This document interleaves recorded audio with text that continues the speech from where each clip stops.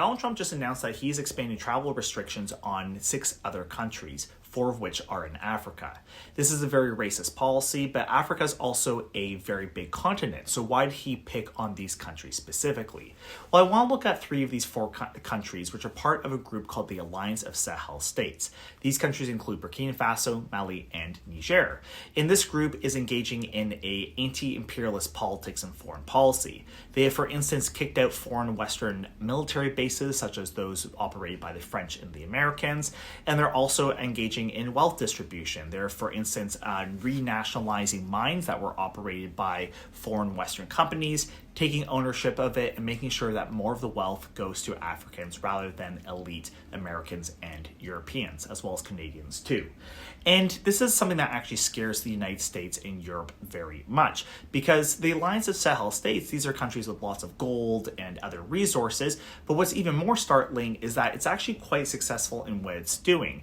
And this could actually go ahead and inspire other African countries to follow suit. So for instance, even the past couple of weeks, we actually saw an attempted coup in Benin that some people believe was inspired by these 3 African states.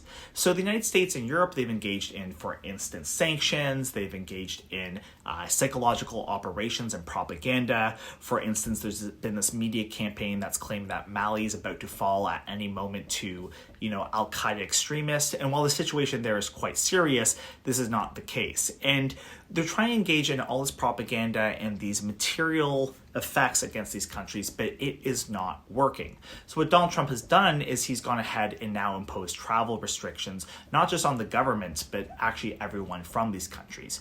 Travel restrictions are also quite serious. We're not just talking about people who want to go to New York City and be tourists, go ahead and see, for instance, the Statue of Liberty. We're talking about people who might be coming to the United States for conferences, for university programs, people who, for instance, want to even just work in the United States and remit some of that money back to their home countries.